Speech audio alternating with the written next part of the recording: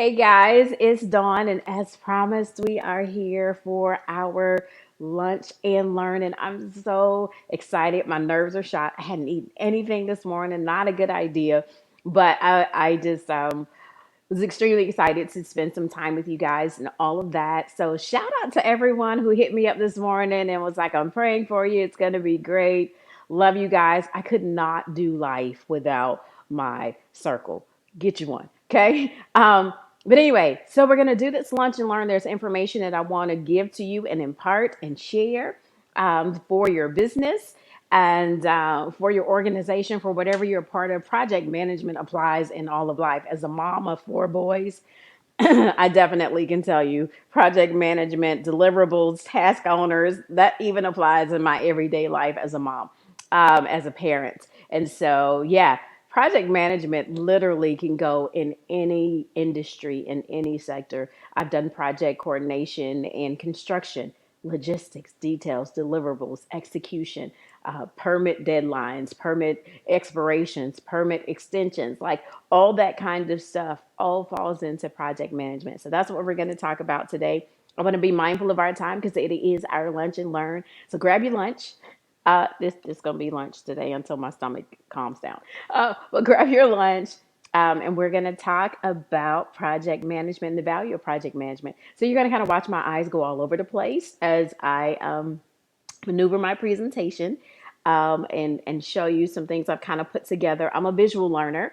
I don't know how many visual learners I have out there, but I'm an auditory visual learner. What that means for me is that I need to see it. If I can see it, I can comprehend it better. You can tell it to me. You may have to tell it to me more than once for me to kind of go, okay, say that again and say that again. And if you're like my friend, you squint your eyes because it makes you hear better.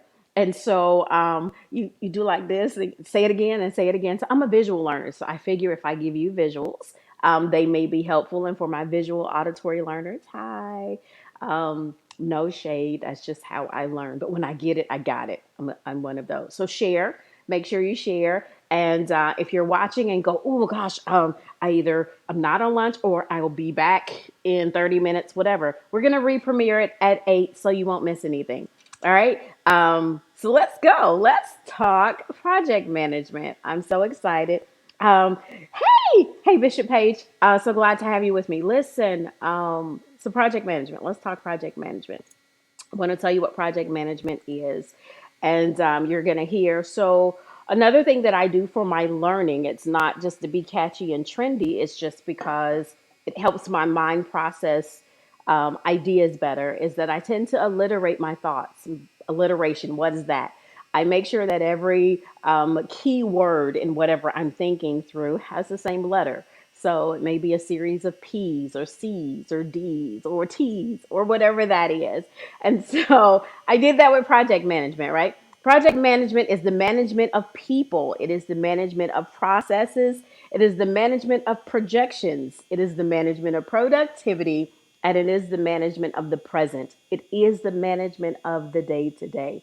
Most people think of a plan that you sit around the table, and if you love, like me, you love post-its, right? And so you got post-its everywhere and thoughts and ideas, but you got to come out of the boardroom. You got to come out of the war room, is what we called it when I do project management for groups. We go in the war room with our post-its, whiteboards. My friends, our whiteboards.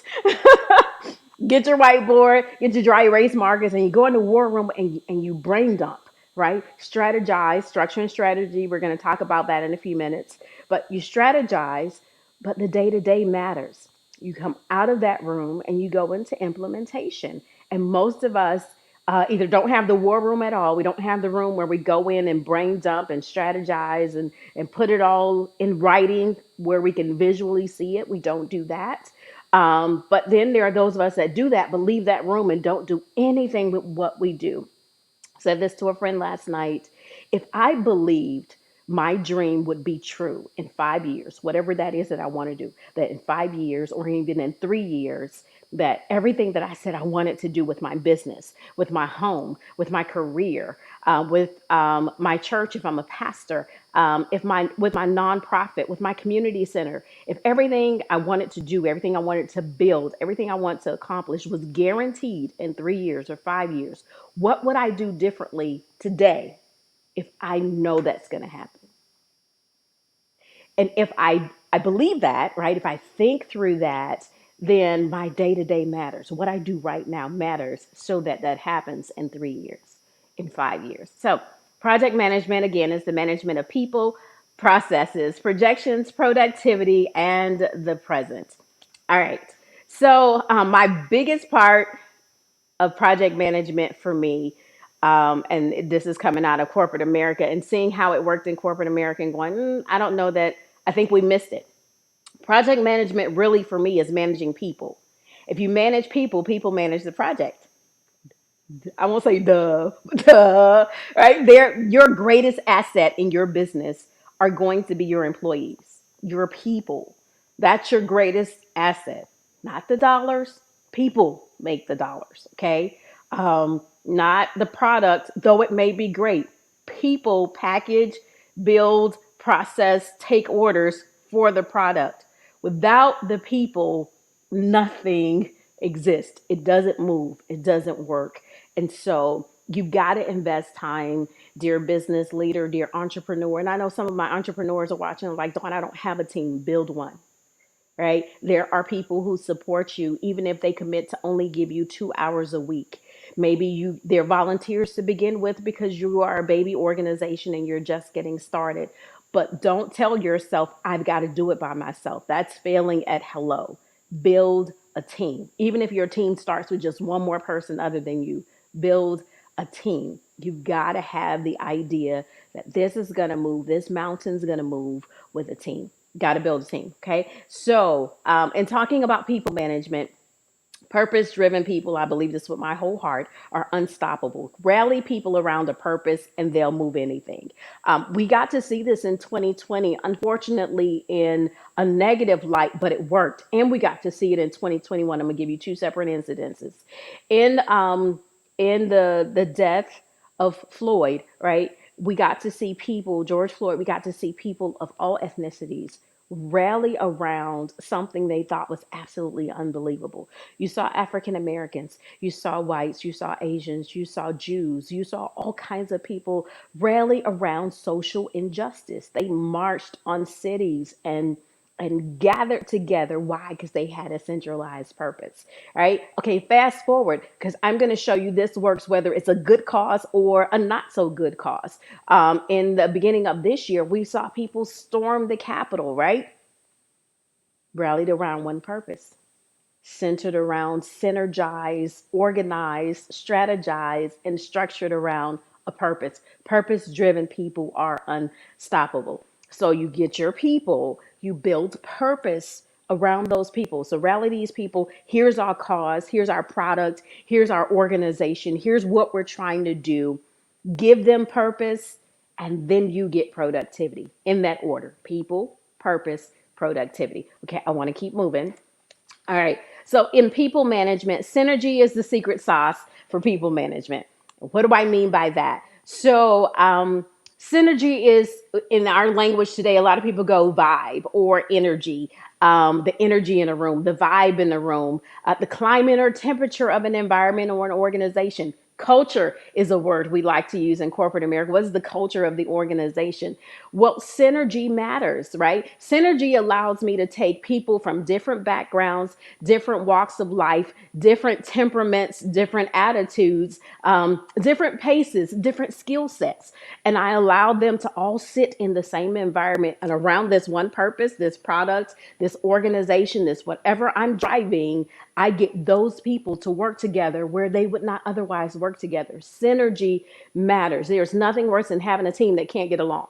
We're not, we're not going to be, you're going to be fussing about productivity, right? If there's no synergy, but there's synergy in the team. Even if I do project management, you do marketing, you do communications, you do media, somebody else does finances, right? Normally we see the finance person going, oh, here they're going to come with doom and gloom. We're not making the numbers, right? It's going to be about numbers. But if you have synergy in that group, that is the secret sauce. Fun free tip: synergy is not always built in the boardroom. That's just free. Synergy often is built outside of the boardroom. It's built around doing life with people at times. And I'm not saying y'all got to be BFFs and always are around each other, but there is a level of synergy that's built when I know you beyond your name and I know you beyond your job description.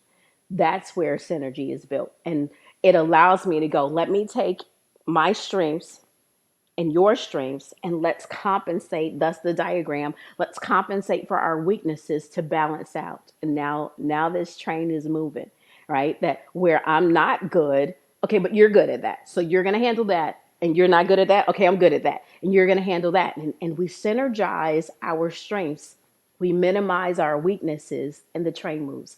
Synergy is the secret sauce. Okay, put that in your pipe, smoke it. Okay. One more thing about people management. You can see people management means a lot to me. People management and driving the concept of people management. Here's fun tips for leaders, supervisors, managers, anybody that's running an organization of any kind. Here's some things that I've learned in my 20 plus years of doing administration, project management, people management, all of that. Um, Comprehend them. That's part of getting to know your workforce, getting to know your people. It's no different if you've ever worked in a call center. We tell our employees all the time, get to know your customer. You're going to get the sale. You're going to get whatever it is. If you take the time in those first few minutes, you get their name. So now they're not ma'am and sir. You want to shut me off in a phone conversation in customer service after you've asked for my name and I told you my name and the rest of the conversation, you call me ma'am? Oh, it's over. It's over.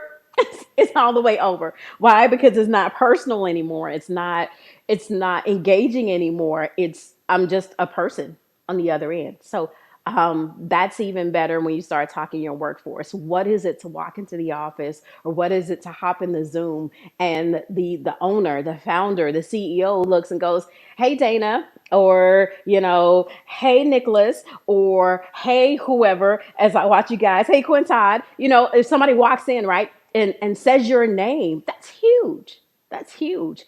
True story. A supervisor friend of mine, it blessed my whole life this week. And yes, I am unapologetically a Christian. But it blessed my whole life this week. I watched her have a scheduled coaching session with one of her employees. The employee admitted they were having a really bad morning, bad day. It's not working.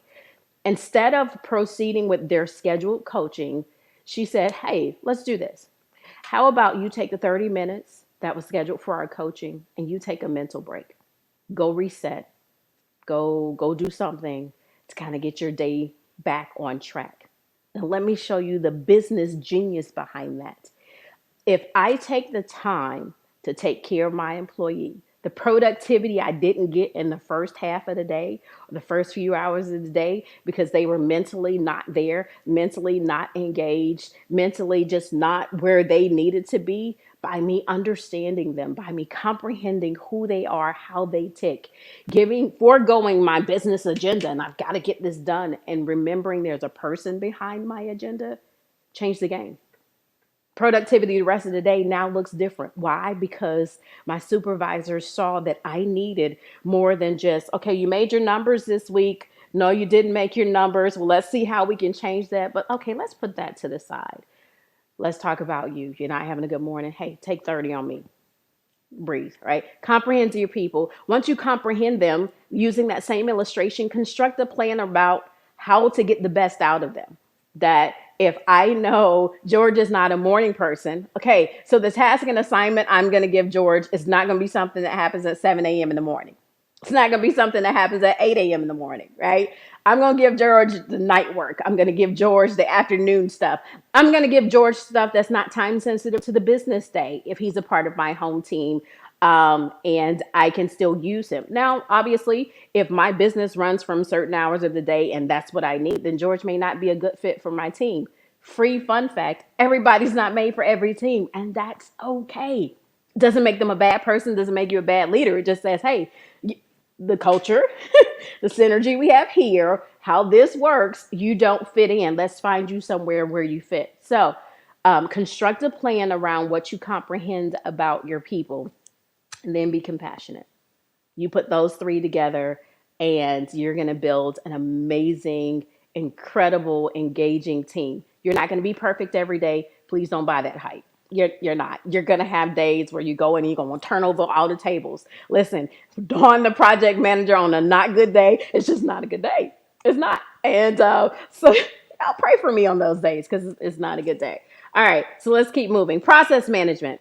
Um, the other part of project management, and that's where people really hate to see me come, is we put process together. One of my famous lines is out of the movie Drumline, and I say, "Why do we rehearse? Why do we rehearse? Huh? Why do we rehearse?" I do this in a suit. I do this in some work boots. It is the same dawn, whether I'm on a construction site, whether in the boardroom, whether I'm at the church house, wherever I am. If we put together processes, this is what we do. This is how we do it. You had this assignment. These are your deliverables. This is the timeline we had. This is the location we were supposed to meet at. Oh my gosh, please don't show up at the wrong. Oh, you want to see me look crazy? Where are you? Oh, I'm at 555 Fifth Street. Why in tarnation are you at 555 Fifth Street? Huh? The paperwork said we were meeting at 123 Main Street. Why are you at 555 Fifth Street? Oh, because, yeah, that. Management of processes, okay? Project managers have to remain poised and go, I'm not going to die today. I'm not going to die today. Not going to die today, okay?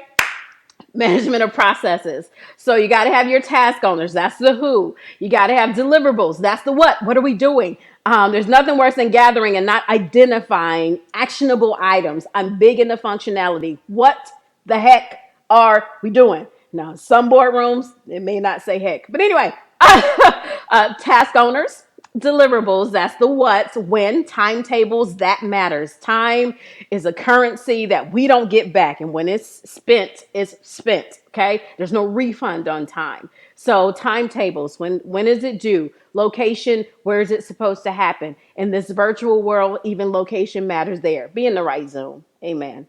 3 people. Or we're not in Zoom, we in Teams. Or we're not in Teams, we in Google something. Like be where you're supposed to be, whether that's physical or virtual. And then the purpose. I'm not going to run away from purpose because purpose is the underlying current in everything you're going to do in project management. Because when the project starts to get derailed, it's your job as the project manager or have a project manager on your team. Their job is to recenter everybody on why we started. What's our goal? What are we trying to accomplish? Let's recenter on what we're doing. Project plans do that. And it allows you to kind of reel your team back in when you hit speed bumps. That happens when you hit milestones that are messed up. Recalibration is huge, right? So always remember your purpose. So that's the who, what, when, where, and why instead of the how. Why? Why is your purpose? All right, got to keep moving. Project management is the management of projections. Now, this is the part where most people make this the biggest thing, and it's not the biggest thing, but it is a necessary thing. You want to have measurable metrics. You want to be able to gauge, are we on target? Are we where we're supposed to be? That's not a bad thing. Come here, churches, because this is probably where I get the most annoyed in project management. We're big in Christian circles and religious circles on not wanting to have measurable metrics and want to slap on top of it. Well, what 2 or 3 are gathered. Well, you didn't plan for 2 or 3. You planned for 300. All right. If 2 or 3 show up, you didn't meet your projections. And we've got to talk about that. We can't water wash that. Ooh, we had a hot time in the Lord. Did you meet your projections? If you intended for 50 people to show up, that 50 people show up. This is no diss on God. This is no diss on the Holy Spirit. This is no diss on sovereignty. These are projections when we sit down and when we put a plan together. Chris, don't give me them eyes.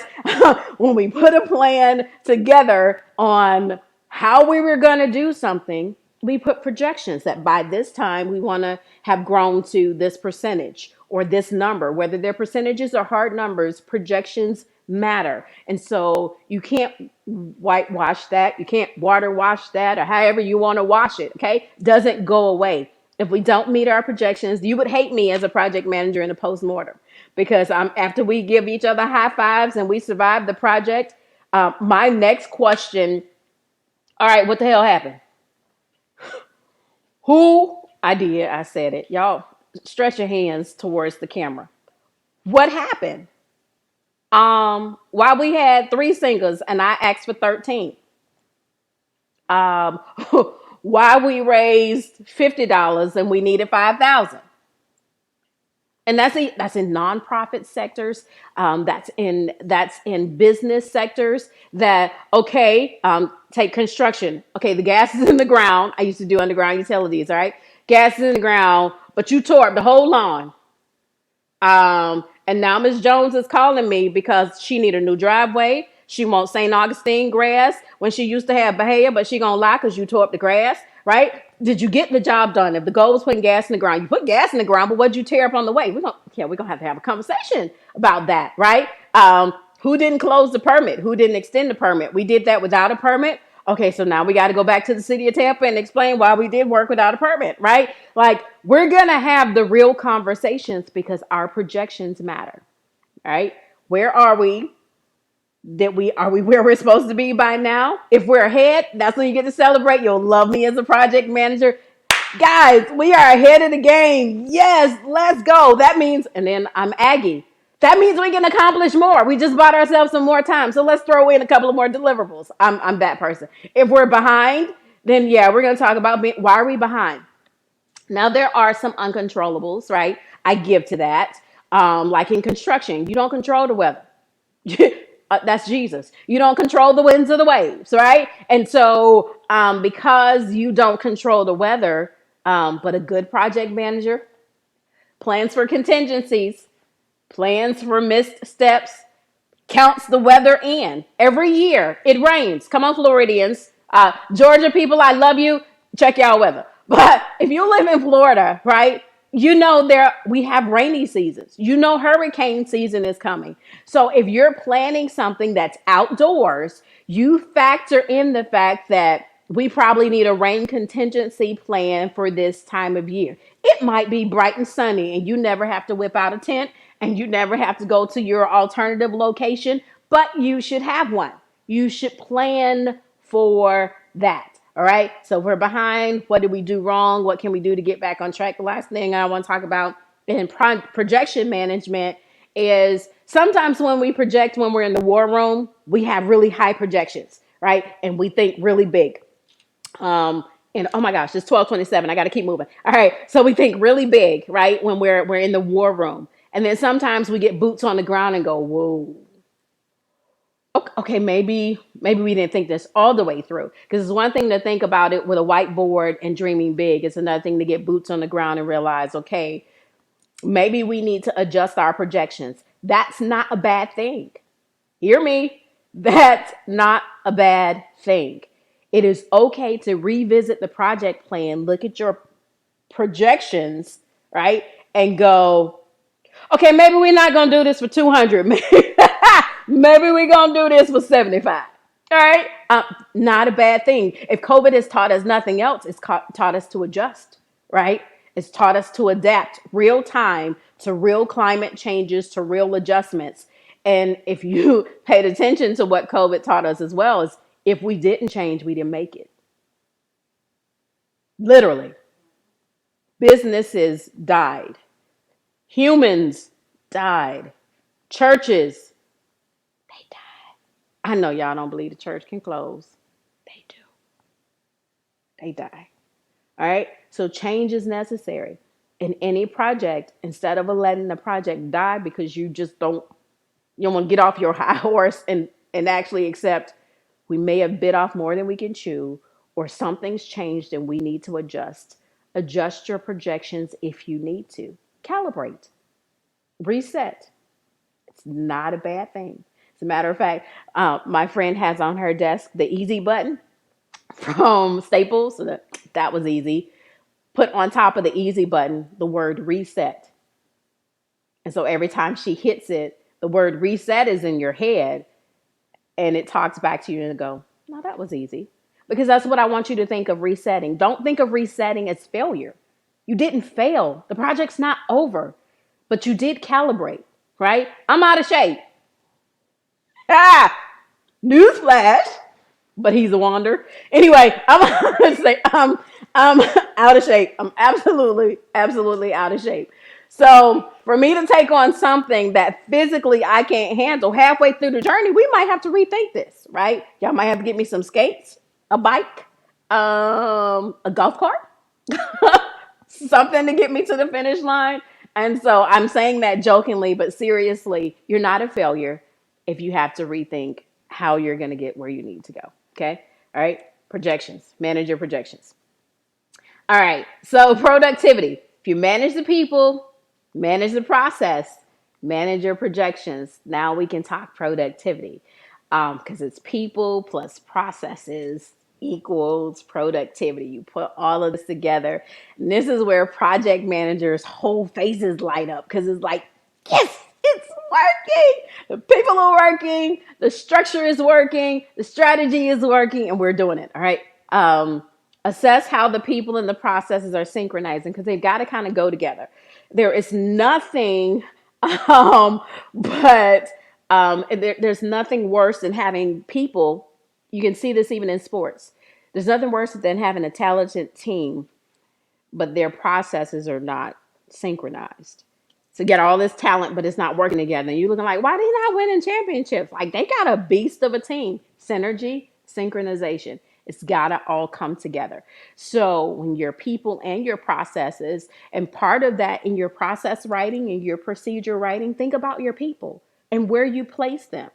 Sometimes we place people in positions not because they're skilled for that position, but because they're an available body, because they my friend, because they my cousin, sister, brother, twice removed from the other side of the family, and I needed to put them somewhere. Okay. When you want to have a successful project, let's rethink where we put people. People placement is important. So think about your process that you want to put together and match the people to the process. And no love loss. I love business because business is a lot better at this. Corporate America is a lot better than this, than your nonprofit volunteer based organizations. And I'm coming for you, volunteer based organizations, because you can operate at a level of excellence that corporate organizations that are for profit operate at. You absolutely can. You can get unpaid people to operate at that level. It's doable. It's all in how you manage the people. It's all in how you manage the process. Okay, so take me. If I were to actually to come on your team and offer my project management services on a volunteer basis, this is how you get excellence out of me. Your structure and your processes should factor in that I'm bivocational or that I'm only lended to you for a limited amount of time. So let me maximize the time that I have her, right? Do that with your people and processes. If Joey only has 2 hours a week to give to this project, in your processes, put Joey on the job that only requires about 2 hours a week. Don't put Joey on the job that needs 20 hours, right? Because now you're going to be mad because Joey didn't have 20 hours to give. Put your people and your processes together. Assess and make sure they're working. Again, resetting is not failure. Say you put me, Dawn. You put Dawn on a task and I'm bombing. Don't let me keep bombing at a task. Pull me off of that assignment. Put somebody else there. Put me on something that I might be better at. That's okay. That's called leadership. It's called management. That's called adjusting. That's called calibrating. Doesn't make you a bad person. Doesn't make me a bad person. It just means in our people and processes, we put me in the wrong place. Okay. So take it out and put it somewhere where it actually fits. Okay. In my next lunch and learn, I might have to grab you guys one of those little cubes that you had as a kid where you put the square in the square hole, the triangle in the triangle hole. Stop trying to make triangles fit in the circle hole. It doesn't work. Okay, you're gonna have gaps. Got it? Got it. You guys are great. All right, moving on. The present. That's your day today. This is my last one for this lunch and learn, and then I'm going to open it up for questions on project management. Again, this was kind of meet Dawn, the project manager. This is a high level overview. I'm not giving a lot of details on the how and all of that. Part of Grace Applied Services is that either I come to your organization and you pay me to do it for you, or you pay me to come in and consult your team, build the plan, and then I'm out. I'll check on you in a couple of weeks to see how you guys are doing, that kind of thing. But these are just some basic things that I think I can just help people think project management. If you think the world is going back to the way it used to be, it's not. It's not. Newsflash, it's not. Ever.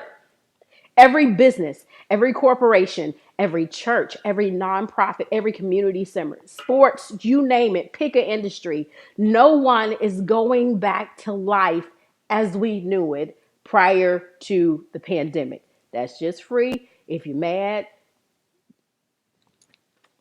I need that GIF. Somebody put that GIF somewhere. This one. World's not going back to the way that it was. Newsflash. Okay. Now that you got that deep down in your soul, be like the rest of the world. Calibrate. If you're going to make it, calibrate. Corporations are right now having town halls about, okay, so this thing's not going away. Hey, we actually save money by people working from home. We don't really need to pay for 5 floors downtown at the Bank of America building anymore because, well, people can work out of their home and, well, 80% of them were actually pretty productive. And we saved on leasing, lights, water, believe it or not. These are considerations, right? They're line items. And so people are adjusting. Some people, churches, pastors, leaders, may never set foot in a physical church building again. Did you just die? Okay, Jesus is the resurrection. They may never set foot in a church building again. And that's okay. It's okay. What are you going to do here and now? So this is why present day management matters. Okay. Present day management matters because we adjust, and we work for today for what we want for tomorrow. Okay. We live today like there is a tomorrow. Parents plan for their kids that, okay, Joey, like 2 months and he can't even walk, but he got a college fund that's started. Why? Because I'm anticipating that he's going to walk, he's going to learn, he's going to grow, he's going to graduate, he's going to go to college. So I'm planning for today, right now, for what I think and believe and hope to happen in 18 years. Okay? Every part of life, every part of project management is I have a plan for my business. I have a plan for my church. I have a plan for my community nonprofit. I have a plan for my Fortune 500 company. And I'm looking and I'm saying, what do we need to be doing as an organization right now, today, so that we are where we need to be in 3 months, 6 months, 12 months, 3 years, 5 years. What's my 3, 5, 10? What's my 3 years? Where do I want to be in 3 years? I always tell people, think big and think far. Where do I want to be in 3 years? Where do I want to be in 5 years? For those who plan financially, you're already planning for retirement and you're probably very able-bodied and are not looking to retire anytime soon, but you should be planning for it, right? Project planning applies everywhere. Plan for your life, plan the people in your life, plan the processes in your life. And again, project management is not a natural skill set to people. It typically is indigenous to your administrators or those that are in love with logistics, statistics, numbers, projections. Those people tend to be glued into a project plan. However, sometimes we're not that great at project management just because you're into logistics, because I believe project management is people management. So if you're horrible with people but good with numbers, you're great on a project management team, but you may not be great as a project manager. Okay, hear me again. Just because you love logistics, you give attention to detail, statistics, mapping, all of that, doesn't mean you're a great project manager, but it does mean you may be excellent on the project management team. Okay, because project management includes people management. If you hate people, this may not be the vein for you. Leader, visionary, CEO, founder, whoever you are, maybe you're not in the weeds like that and don't even think like that. That being said, I got 20 minutes for questions. But let me say this to you: find your project manager, find you somebody that does think through processes that's necessary. You need that skill set on your team. Even if it's a phone call, maybe they're not permanently on your team, but you consult with a project manager regularly. That is necessary. So, that being said, presentation's over. I've talked a lot. Any questions for my fans and my friends and my loved ones and anyone? This is your kind of 20-minute free consultation with Dawn, the project manager, on projects. So I'm gonna give you a few minutes because my media team says that it takes a few minutes for me to see comments or questions or things like that. So um, write your questions down. Let me know. Also, while you're writing down your questions, or if you have any questions for me, shoot them out. Lunch and learns. So we're gonna try to aim to do a lunch and learn. Um, Pending my schedule, but we're aiming to do lunch and learns at least twice a month, where I hijack your middle of the day and we talk project management. So, that being said, also put in the comments if there are any topics you would like to see covered, any roadblocks or hurdles or whatever you've gone through, that you would like to pick my brain and go, how do you handle this? Or can you talk through that? Put those subjects, those titles in the chat as well, so that we can make sure that we cover those in our next lunch and learn, and I can kind of schedule out the rest of the year um, in our lunch and learn. Okay. So, how can you identify people who should be on your team? Great question. Absolutely great question. So, identifying people on your team comes a few different ways. I'm gonna play with it in a few different sectors. Let me start with volunteer based organizations first. Volunteer based organizations, identifying people on your team is going to be first just identifying people who have time, right? Because you got to have people that are going to be present, that are going to be engaged, that are going to make a commitment. So, in volunteers, so that's why I said let me start in volunteer based organizations first because time matters. Um, Find your people that have time. Once you've identified people that have time, then you're going to want to identify the talents of those people that have time. So, I've got time and I'm good at what? Because there may be people that are good at things, but that's not what you need on your team, or that's not even a service that's valuable to you. But it may be valuable to somebody else. Sharing is caring. So let me throw this out there. You may identify somebody that has a skill set that is not useful to you, but is useful to your friend over there. Share it. And here's why. Because your friend over there may find a talent you need on your team, and the reciprocity is now built. You're building partnerships across platforms.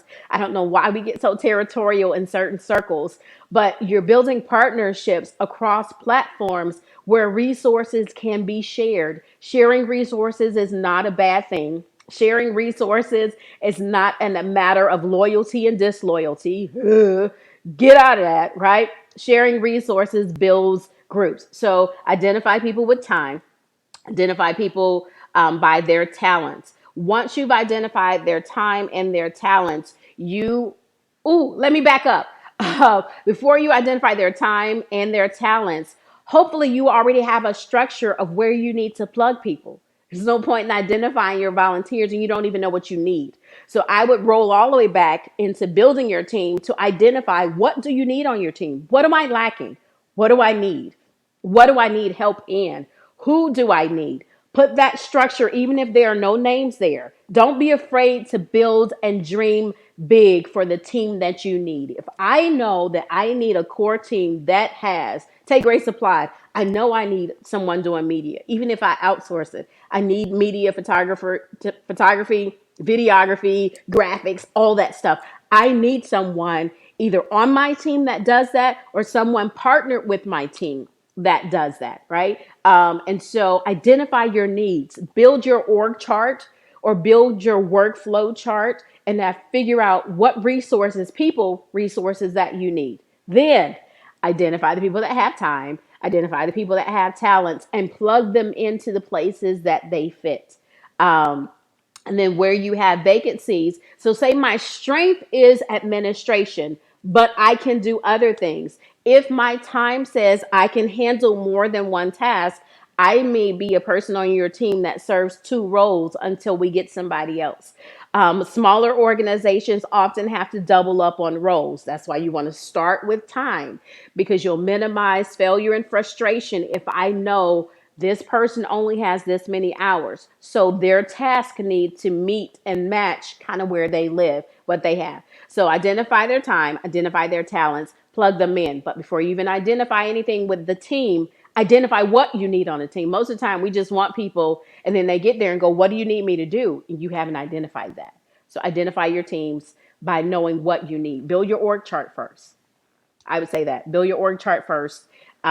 Build what you need, even if it's not there, even if that arm of your business is not functional yet, but that's in your 2, 3, 5 year plan. Put it on the org chart.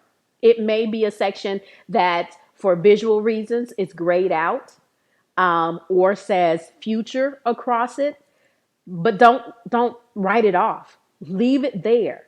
And I'm going to tell you why. Even in corporate America, if we know where we're going, if I'm building my career with it, I'm more apt to be committed to the organization and the corporation if I can see a future.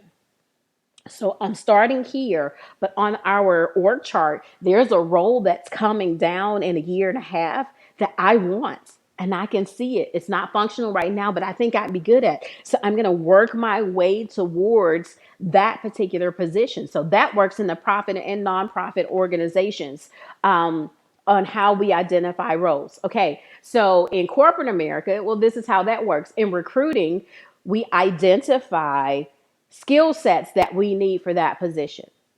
And then we hire based on the skill set that we need. Now, here's where we miss it sometimes in corporate America, because obviously we know that there are buddy systems at times, barring all of the rules, regulations, and discrimination laws. The truth of the matter is, a lot of progression in corporate America is based on who you know and not what you know. Don't let anybody tell you different. You can have the most extensive resume, and somebody with a less extensive, less experienced background can get the job, and they're unqualified for it simply because of who they know, or who their mom knows, or who their dad knows. It's just the reality of corporate America that happens. However, ideally in corporate America, we identify what we need for a skill set, hire based on that.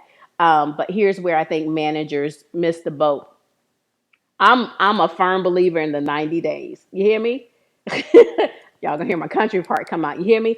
I'm a firm believer in the 90 days. In the first 90 days, here's what we get to do. I get to figure out who you are, and you get to figure out who I am. I get to figure out if your resume is real, or if you just had somebody fluff your resume, and if you really know how to do the job. You get to date me, and I get to date you, and we get to make a decision on whether this is a long-term relationship. Too often in corporate America, we hang on past the 90 days, and we knew really in the first 90 days this wasn't going to work. And now we got a culture problem. We got a cancer in the culture that we got to deal with. We got this employee, we're moving from department to department, trying to save their job because we don't want to go through the hassle of making sure we've dotted our I's and crossed our T's, and even in right to work states. It gets really stupid. So yeah, 90 days. Let's figure out if this really is going to work, and then we'll go from there. Yeah, so cool. Great question. Loved it. I love 90 days. I love 90 days even in volunteer sectors, to see if I think that probationary period, it gives you enough time. This is even free, and this game got nothing to do with project management. But even in relationships, right? Normally people are great for the first 30, 60, 90 days, and then they kind of fall off, right? But you kind of get a chance to see who people are and if it'll work.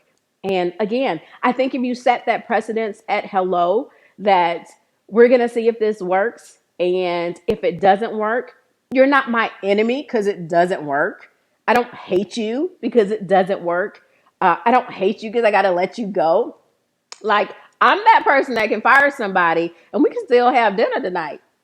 We can go eat some wings, have some drinks, and have a great time. Like, separation, that this is not personal. And while I'm passionate about my purpose, while I'm passionate about project management and what I do, it's not personal to the degree that I don't know how to separate. And sometimes we fail corporately and in non-corporate environments because we take everything personal. It's not personal. If it doesn't work, it just doesn't work. Doesn't make you bad, doesn't make me bad. It just says I'm square, you're triangle, and it doesn't work.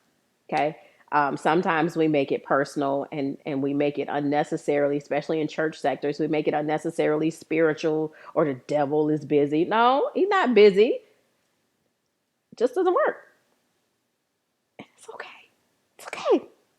I just need you to just write. It's okay. It's okay. All right.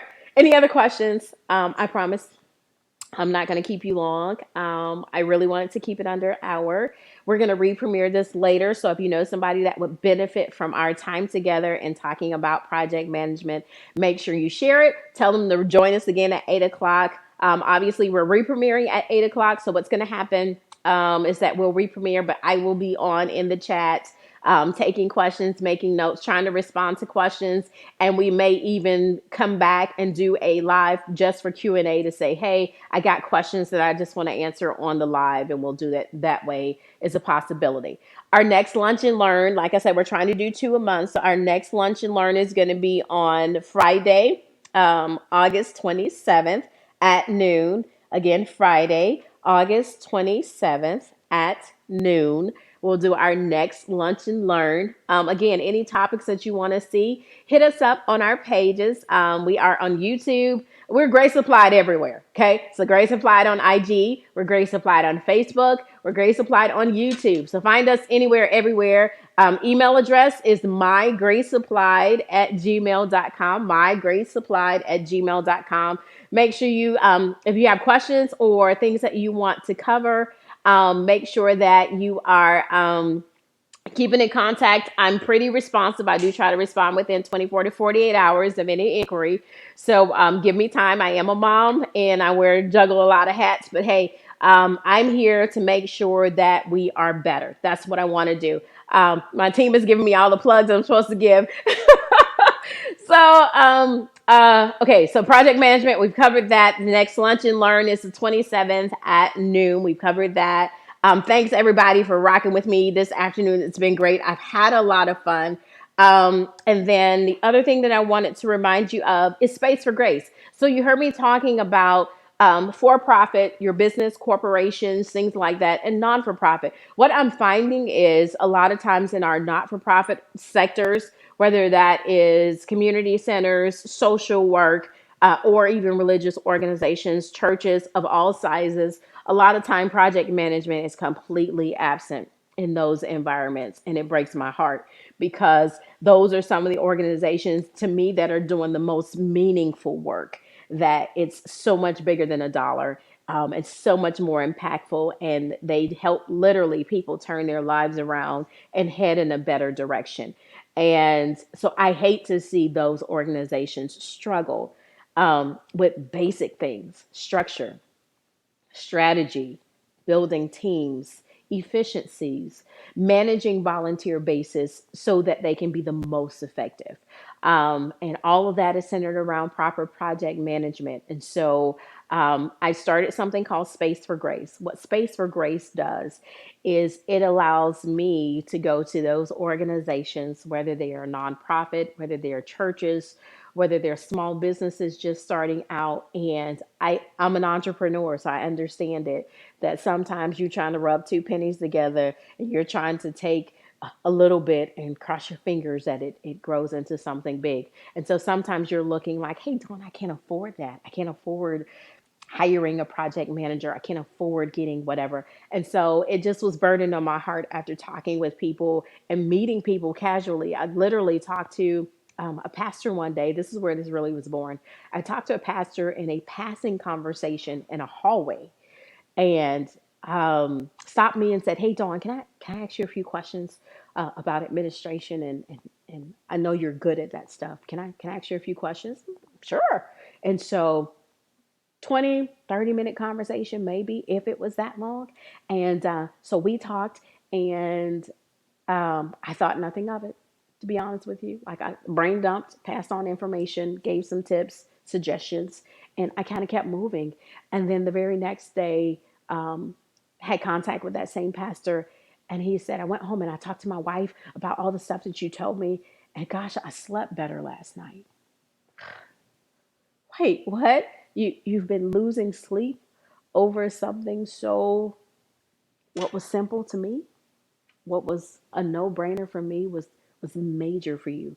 And I thought to myself, oh my God, people are struggling and I have the know-how, simple things that could help them be better. So Space for Grace, that's what that is.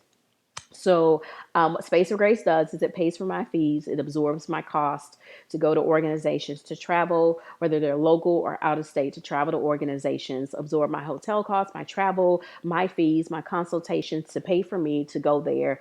And that's done by people who donate to Space for Grace. So, when you donate into Space for Grace, you're helping some other organization that wants to be better, but just doesn't have the resources and know-how. It's more about know-how. Some of these organizations have people, have resources, don't know how to organize them, don't have that skill set to take people and processes and put that together. So that's what Space for Grace is. So the Cash App for Space for Grace, I think it's on there. If not, it'll be coming on in a minute. But that's what Space for Grace is. So if you want to help organizations and your organization is doing great, and you remember what it was like to struggle in the beginning days, or you just want to help somebody else and you want to sow into that, that's what that is. That's what Space for Grace is. All right. Have I covered everything? I think I've covered everything. I've had a ball. I was nervous, but this is my vein. So once you get me on my soapbox about project management, trust me, ask my friends. It comes out all the time, in breakfast, at lunch,